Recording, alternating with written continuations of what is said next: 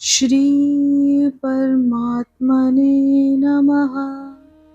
कठोपनिषद। कठोपनिषद उपनिषदों में बहुत प्रसिद्ध है। यह कृष्ण यजुर्वेद की कठ शाखा के अंतर्गत है। इसमें नचिकेता और यम के संवाद रूप में परमात्मा के रहस्यमय तत्व का बड़ा ही उपयोगी और विशद वर्णन है। इसमें 2 अध्याय हैं और प्रत्येक अध्याय में 3-3 वल्लियां हैं। शांति पाठ। हे परमात्मन, आप हम गुरु शिष्य दोनों की साथ साथ सब प्रकार से रक्षा करें।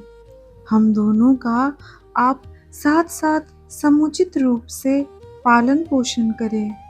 हम दोनों साथ ही साथ सब प्रकार से बल प्राप्त करें। हम दोनों की अध्ययन की हुई विद्या तेजपूर्ण हो।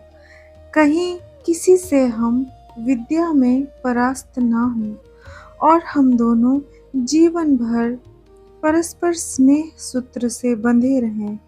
हमारे अंदर परस्पर कभी द्वेष ना हो।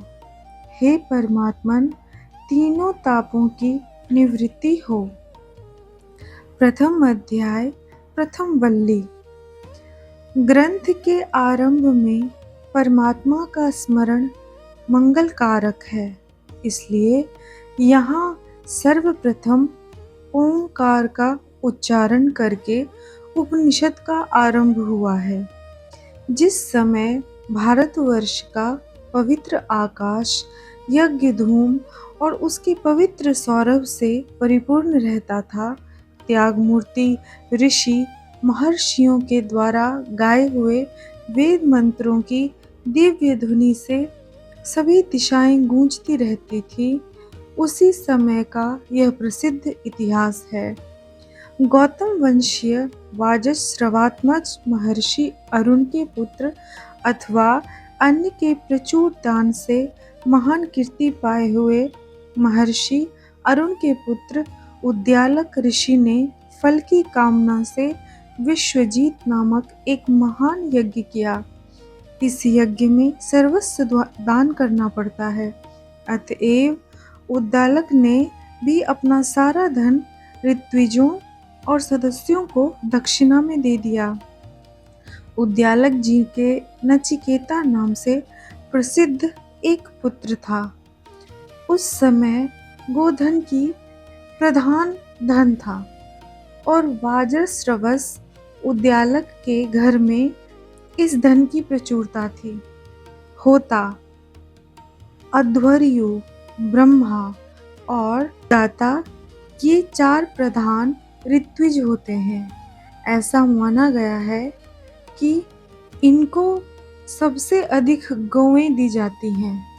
प्रशास्ता, प्रतिप्रस्थाता, मृणा, छंसी और प्रस्तोता, इन 4 गौण ऋत्विजों को मुख्य ऋत्विजों की अपेक्षा आदि, अच्छावाक, निष्ठा, आग्निद्र और प्रतिहर्ता, इन 4 गौण ऋत्विजों को मुख्य ऋत्विजों की अपेक्षा तिहाई एवं ग्रावस्तुत, नेता, होता और सुब्रह्मण्य, इन 4 गौण ऋत्विजों को मुख्य ऋत्विजों की अपेक्षा चौथाई गौएं दी जाती हैं।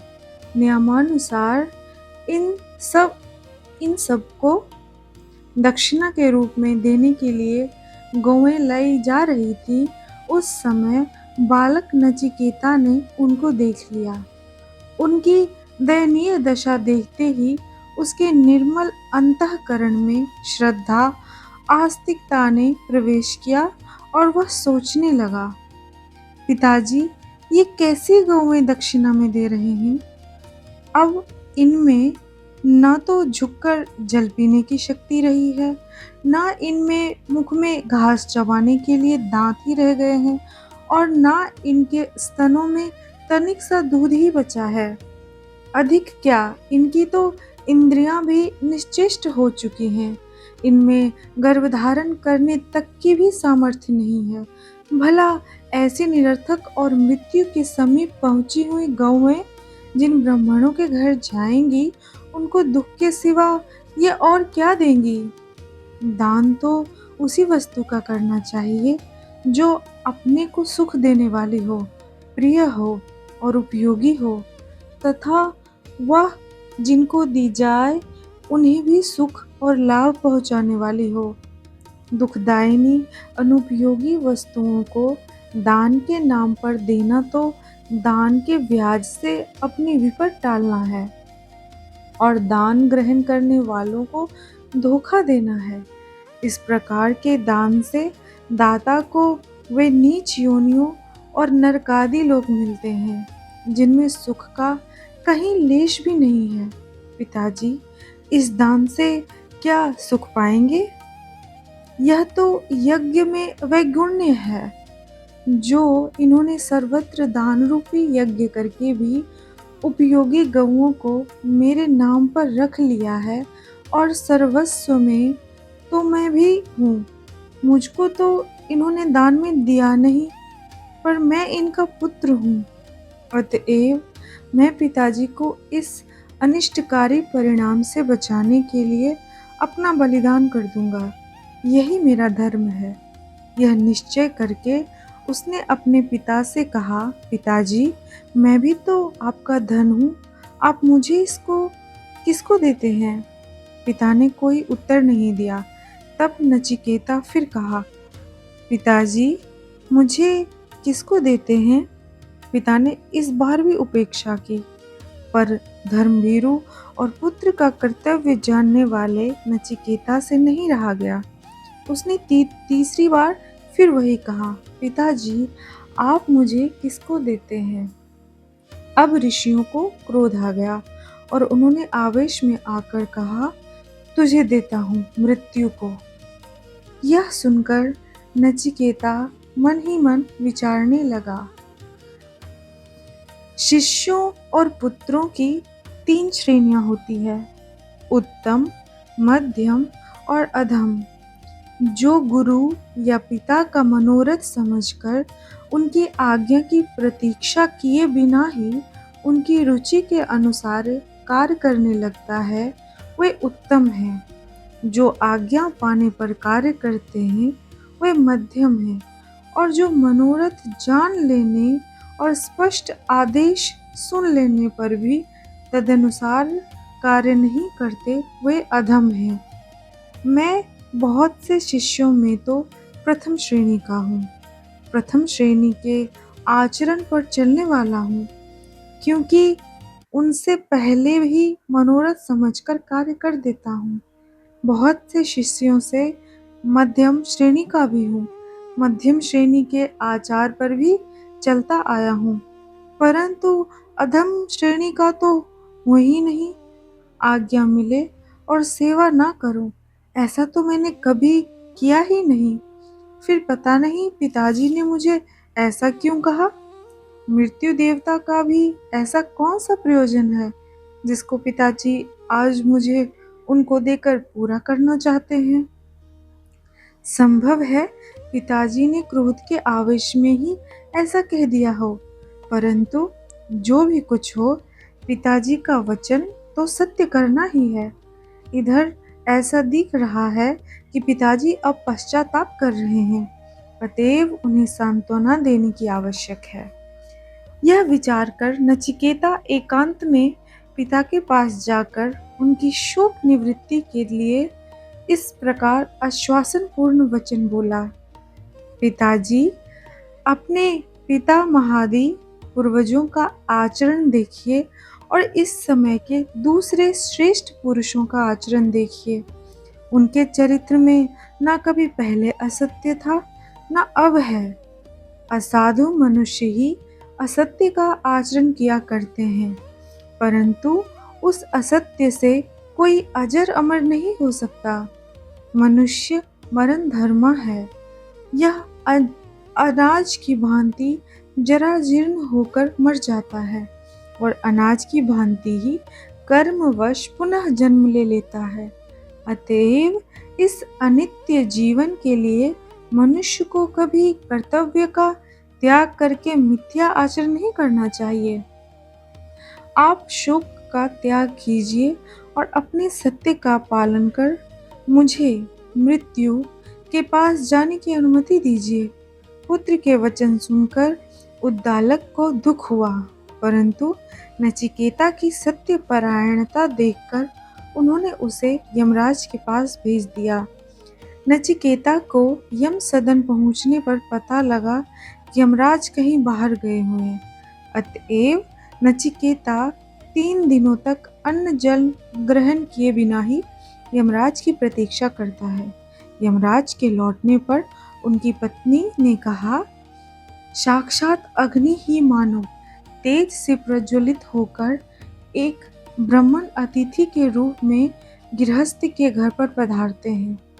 साधु हृदय गृहस्थ अपने कल्याण के लिए उस अतिथि रूप अग्नि को शांत करने के लिए उसे जल दिया करते हैं।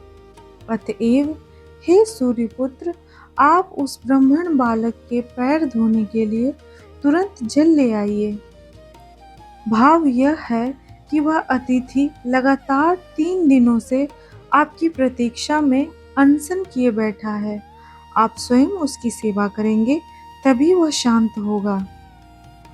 जिसके घर पर अतिथि ब्राह्मण भूखा बैठा रहता है, उस मंदबुद्धि मनुष्य को ना तो वे इच्छित पदार्थ मिलते हैं जिनके मिलने की उसे पूरी आशा थी, ना वे ही पदार्थ मिलते हैं जिनके मिलने का निश्चय था और वह बाट ही देख रहा था। कभी कोई पदार्थ मिल भी गया तो उससे सुख की प्राप्ति नहीं होती। उसकी वाणी में से सौंदर्य, सत्य और माधुर्य निकल जाते हैं। अतः सुंदर वाणी से प्राप्त होने वाला सुख भी उसे नहीं मिलता। उसके यज्ञ, दानादि, इष्ट कर्म और कूप, तालाब, धर्मशाला आदि के निर्माण रूप पूर्त कर्म एवं उनके फल नष्ट हो जाते हैं। इतना ही नहीं, अतिथि का असत्कार उसके पूर्व पुण्य से प्राप्त पुत्र और पशु आदि धन को नष्ट कर देता है। पत्नी के वचन सुनकर धर्ममूर्ति यमराज तुरंत नचिकेता के पास गए और पाद्य अर्घ्य आदि के द्वारा विधिवत उसकी पूजा करके कहने लगे, ब्राह्मण देवता, आप नमस्कारादि सत्कार के योग्य मेरे माननीय अतिथि हैं। कहा तो मुझे चाहिए था कि मैं आपका यथा योग्य पूजन सेवन करके आपको संतुष्ट करता, और कहा मेरे प्रमाद से आप लगातार 3 रात्रियों से भूखे बैठे हैं। मुझसे यह बड़ा अपराध हो गया। आपको नमस्कार है भगवान, इस मेरे दोष की निवृत्ति होकर मेरा कल्याण हो। आप प्रत्येक रात्रि के बदले एक एक करके मुझसे अपनी इच्छा के अनुरूप 3 वर मांग लीजिए। तपोमूर्ति अतिथि ब्राह्मण बालक के अनशन से भयभीत होकर धर्मज्ञ यमराज ने जब इस प्रकार कहा, तब पिता को सुख पहुंचाने की इच्छा से नचिकेता बोला, मृत्युदेव, 3 वरों में से मैं प्रथम वर यही मांगता हूँ कि मेरे गौतम वंशीय पिता उद्यालक, जो क्रोध के आवेश में मुझे आपके पास भेजकर अब अशांत और दुखी हो रहे हैं, मेरे प्रति क्रोध रहित, शांत चित्त और सर्वथा संतुष्ट हो जाएं, तथा आपके द्वारा अनुमति पाकर जब मैं घर जाऊं, तब वे मुझे आप अपने पुत्र नचिकेता के रूप में पहचानकर मेरे साथ पूर्ववत बड़े स्नेह से बातचीत करें। यमराज ने कहा, तुमको मृत्यु के मुख से छूटकर घर लौटा हुआ देखकर मेरी प्रेरणा से तुम्हारे पिता अरुण पुत्र उद्यालक बड़े प्रसन्न होंगे। तुमको अपने पुत्र रूप में पहचान कर तुमसे पूर्ववत प्रेम करेंगे तथा उनका दुख और क्रोध सर्वथा शांत हो जाएगा। तुम्हें पाकर अब वो जीवन भर सुख की नींद सोएंगे। इस वरदान को पाकर नचिकेता बोला, हे यमराज, मैं जानता हूँ कि स्वर्गलोक बड़ा सुखकर है। वहाँ किसी प्रकार का भी भय नहीं है। स्वर्ग में ना तो कोई वृद्धावस्था को प्राप्त होता है और ना जैसे मर्त्यलोक में आप मृत्यु के द्वारा लोग मारे जाते हैं वैसे कोई मारा ही जाता है। वहाँ मृत्युकालीन संकट नहीं है।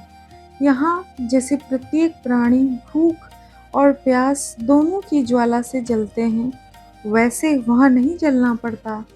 वहाँ के निवासी शोक से तरकर सदा आनंद भोगते हैं, परंतु वह स्वर्ग अग्नि विज्ञान को जाने बिना नहीं मिलता।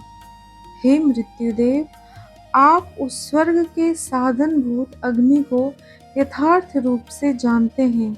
मेरी उस अग्नि विद्या में और आप में श्रद्धा है। श्रद्धावान तत्व का अधिकारी होता है। अतः आप कृपया मुझको उस अग्नि विद्या का उपदेश कीजिए जिसे जानकर लोग स्वर्गलोक में रहकर अमृतत्व को देवत्व को प्राप्त होते हैं। यह मैं आपसे दूसरा वर मांगता हूँ। तब यमराज बोले, नचिकेता, मैं उस स्वर्ग की साधन रूपा अग्नि विद्या को भली भांति जानता हूँ और तुमको यथारूप से बतलाता हूँ। तुम इसको अच्छी तरह से सुनो। यह अग्नि विद्या अनंत विनाश रहित लोक की प्राप्ति करने वाली है और उसकी आधार स्वरूपा है, पर तुम ऐसा समझो कि यह एक अत्यंत गुप्त विद्वानों की बुद्धि रूप गुफा में छिपी रहती है। इतना कहकर यमराज ने कहा, अग्नि विद्या की महत्ता और गोपनीयता बतलाकर यमराज ने स्वर्गलोक की कारण रूपा अग्नि विद्या का रहस्य नचिकेता को समझाया। अग्नि के लिए कुंड निर्माण आदि में किस आकार की, कैसी और कितनी ईंटें चाहिए एवं अग्नि का चयन किस प्रकार किया जाना चाहिए, यह सब भली भांति समझाया। तदंतर नचिकेता की बुद्धि तथा स्मृति की परीक्षा के लिए यमराज ने नचिकेता से पूछा कि तुमने जो कुछ समझा हो वह मुझे सुनाओ। तीक्ष्ण बुद्धि नचिकेता ने सुनकर जैसा यथार्थ समझा था सब ज्यों का त्यों सुना दिया। यमराज उसकी विलक्षण स्मृति और प्रतिभा को देखकर बड़े ही प्रसन्न हुए और बोले, महात्मा यमराज ने प्रसन्न होकर नचिकेता से कहा, तुम्हारी अप्रतिम योग्यता देखकर मुझे बड़ी प्रसन्नता हुई। इससे अब मैं तुम्हें एक वर और तुम्हारे बिना मांगे ही देता हूँ। वह यह है कि यह अग्नि जिसका मैंने तुमको उपदेश किया है तुम्हारे ही नाम से प्रसिद्ध होगी और साथ ही यह लो, मैं तुम्हें तुम्हारे देवत्व की सिद्धि के लिए यह अनेक रूपों वाली विविध यज्ञ विज्ञान रूपी रत्नों की माला देता हूँ। इसे स्वीकार करो। उस अग्नि विद्या का फल बताते हुए यमराज कहते हैं, इस अग्नि का 3 बार अनुष्ठान करने वाला पुरुष ऋक, यजुः, साम तीनों वेदों से संबंध जोड़कर तीनों वेदों के तत्व रहस्य में निष्णात होकर निष्काम भाव से यज्ञ, दान और तप रूप तीनों कर्मों को करता हुआ जन्म मृत्यु से तर जाता है। वह ब्रह्मा से उत्पन्न सृष्टि को जानने वाले स्तवनीय इस अग्निदेव को भली भांति जानकर इसका निष्काम भाव से चयन करके उस अनंत शांति की प्राप्त हो जाता है जो मुझको प्राप्त है। किस आकार की कैसी ईंट हो और कितनी संख्या में हो एवं किस प्रकार से अग्नि का चयन किया जाए, इन तीनों बातों को जानकर जो विद्वान 3 बार नचिकेत अग्नि विद्या का निष्काम भाव से अनुष्ठान करता है, अग्नि का चयन करता है, वह देहपात से पहले ही मृत्यु के पाश को तोड़कर शोक रहित होकर अंत में स्वर्गलोक के आनंद का अनुभव करता है। यमराज कहते हैं, नचिकेता, तुम्हें या उसी स्वर्ग की साधन रूपा अग्नि विद्या का उपदेश दिया गया है जिसके लिए तुमने दूसरे वर में याचना की थी। अब से लोग तुम्हारे ही नाम से इस अग्नि को पुकारेंगे। नचिकेता, अब तुम तीसरा वर मांगो। नचिकेता तीसरा वर मांगता है, इस लोक के कल्याण के लिए पिता की संतुष्टि का वर और परलोक के लिए स्वर्ग के साधन रूप अग्नि विज्ञान का वर प्राप्त करके अब नचिकेता आत्मा के यथार्थ स्वरूप और उसकी प्राप्ति का उपाय जानने के लिए यमराज के सामने दूसरे लोगों के दो मत उपस्थित करके उस पर उनका अनुभूत विचार सुनना चाहता है। इसलिए नचिकेता कहता है कि भगवान, मृत मनुष्य के संबंध में यह एक बड़ा संदेह फैला हुआ है। कुछ लोग तो कहते हैं कि मृत्यु के बाद भी आत्मा का अस्तित्व रहता है और कुछ लोग कहते हैं नहीं रहता। इस विषय में आपका जो अनुभव है वह मुझे बतलाइए। आपके द्वारा उपदेश पाकर मैं इस रहस्य को भली भांति समझ लूं। बस तीनों वरों में से यही मेरा अभिष्ट तीसरा वर है। नचिकेता का महत्वपूर्ण प्रश्न सुनकर यमराज ने मन ही मन उसकी प्रशंसा की। सोचा कि ऋषि कुमार बालक होने पर भी बड़ा प्रतिभाशाली है, कैसे गोपनीय विषय को जानना चाहता है, परंतु आत्म तत्व उपयुक्त अधिकारी को ही बतलाना चाहिए। अनधिकारी के प्रति आत्म तत्व का उपदेश करना हानिकारक होता है।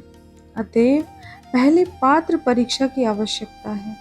यूं विचार कर यमराज ने इस तत्व की कठिनता का वर्णन करके नचिकेता को टालना चाहा और कहा, नचिकेता, यह आत्म तत्व अत्यंत सूक्ष्म विषय है, इसका समझना सहज नहीं है।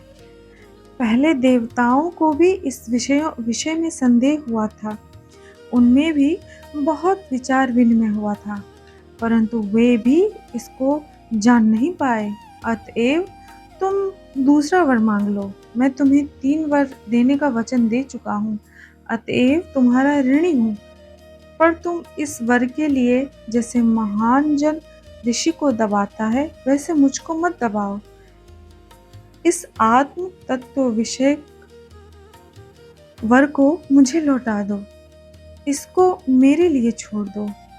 नचिकेता आत्म तत्व की कठिनता की बात सुनकर तनिक भी घबराया नहीं, ना उसका उत्साह ही मंद हुआ, वरन उसने और भी दृढ़ता के साथ कहा, हे मृत्यु, आप जो यह कहते हैं कि पूर्व काल में देवताओं ने भी जब इस विषय पर विचार विनिमय किया था तथा वे भी इसे जान नहीं पाए थे और यह विषय सहज नहीं है, बड़ा ही सूक्ष्म है, तब यह तो सिद्ध ही है कि यह बड़े ही महत्व का विषय है और ऐसे महत्वपूर्ण विषय को समझाने वाले आपके समान अनुभवी वक्ता मुझे ढूंढने पर भी दूसरा कोई नहीं मिल सकता।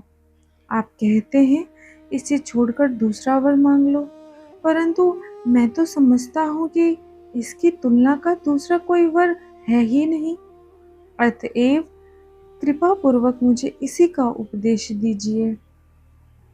विषय की कठिनता से नचिकेता नहीं घबराया, वह अपने निश्चय पर ज्यों का त्यों दृढ़ रहा।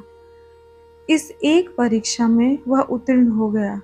अब यमराज दूसरी परीक्षा के रूप में उसके सामने विभिन्न प्रकार के प्रलोभन रखने की बात सोचकर उससे कहने लगे, नचिकेता, तुम बड़े भोले हो, क्या करोगे इस वर को लेकर? तुम ग्रहण करो इन सुख की विशाल सामग्रियों को, इस 100 वर्ष जीने वाले पुत्र पौत्रादि बड़े परिवार को मांग लो, गौ आदि बहुत से उपयोगी पशु, हाथी, सुवर्ण, घोड़े और विशाल भूमंडल के महान साम्राज्य को मांग लो और इन सब को भोगने के लिए जितने वर्षों तक जीने की इच्छा हो उतने ही वर्षों तक जीते रहो।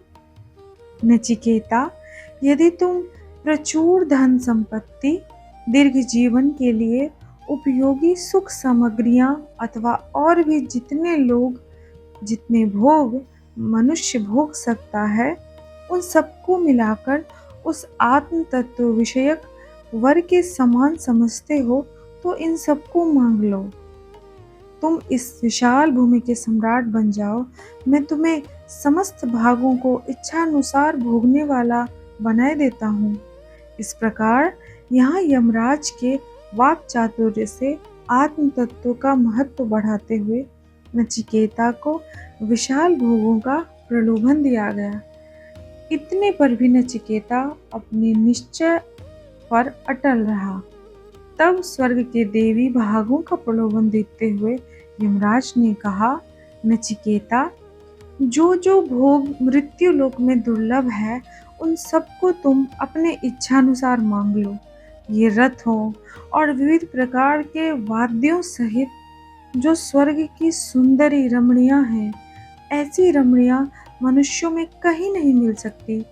बड़े बड़े ऋषि मुनि इनके लिए ललचाते रहते हैं। मैं इन सबको तुम्हें सहज दे रहा हूँ।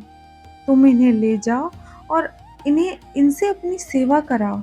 परंतु नचिकेता, आत्म तत्व विषयक प्रश्न मत पूछो। यमराज शिष्य पर स्वाभाविक ही दया करने वाले महान अनुभवी आचार्य हैं। इन्होंने आधिकारिक परीक्षा के साथ ही इस प्रकार भय और एक के बाद एक उत्तम भोगों का प्रलोभन दिखाकर जैसे खूंटे को हिला हिलाकर दृढ़ किया जाता है, वैसे ही नचिकेता के वैराग्य संपन्न निश्चयों को और भी दृढ़ किया।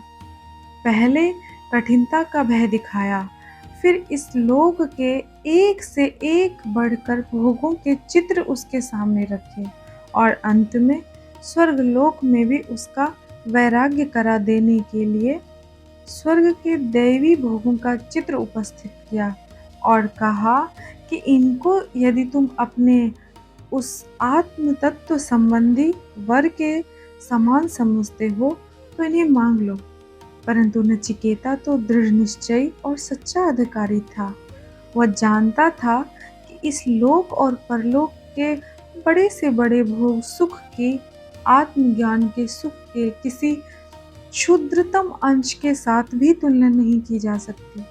अतएव उसने अपने निश्चय का युक्तिपूर्वक समर्थन करते हुए पूर्ण वैराग युक्त वचनों में यमराज से कहा, हे सबका अंत करने वाले यमराज, आपने जिन भोग्य वस्तुओं की महिमा के पुल बांधे हैं वे सभी क्षण भंगुर हैं। कल तक रहेंगी या नहीं इसमें भी संदेह है। इनके संयोग से प्राप्त होने वाला सुख वास्तव में सुख ही नहीं है, वह तो दुख ही है।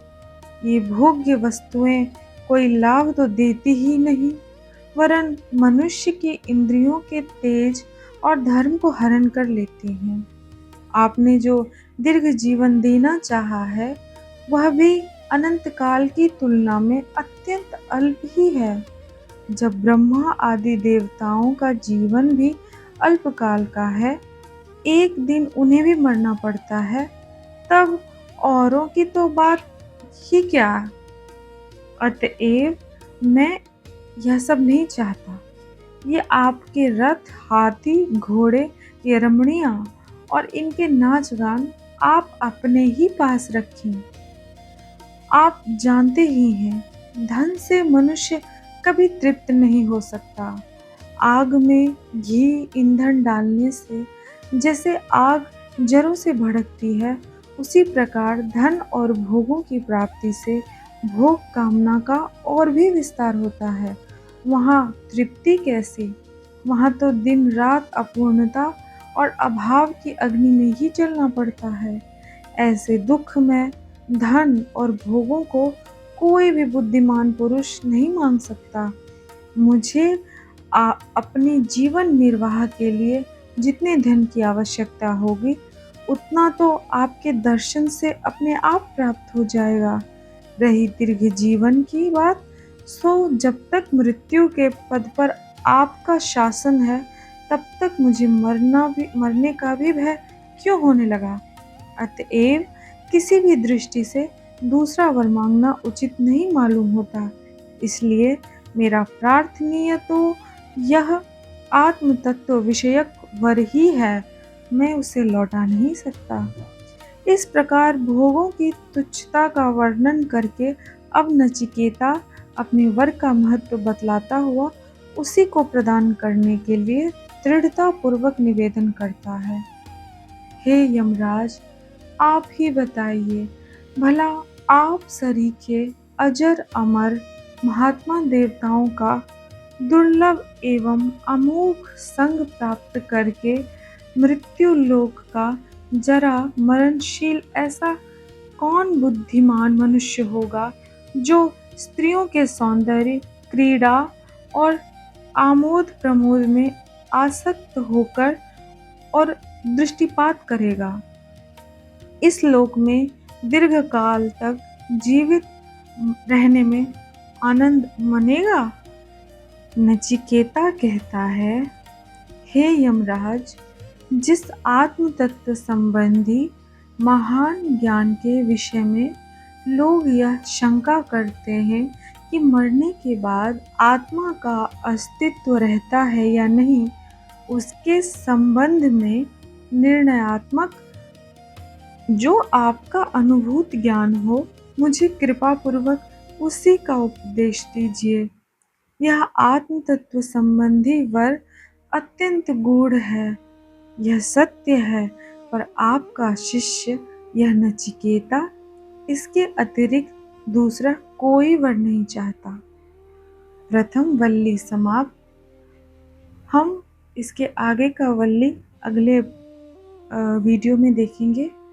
तब तक के लिए आप चैनल को सब्सक्राइब कर लें और बेल आइकन दबाएं, जिससे नेक्स्ट पार्ट आपको आसानी से इंडिकेट हो जाए।